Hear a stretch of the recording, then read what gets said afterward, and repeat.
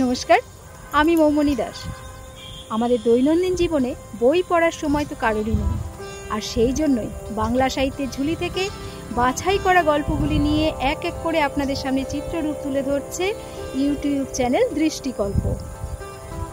অমর কথাশিল্পী শরৎচন্দ্র চট্টোপাধ্যায়ের বিখ্যাত গল্প বামনের মেয়ে, যার চিত্ররূপ তুলে ধরছে দৃষ্টিকল্প।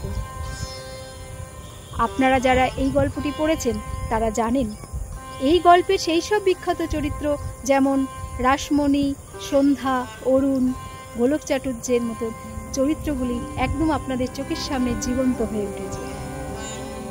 তাহলে আর দেরি কেন?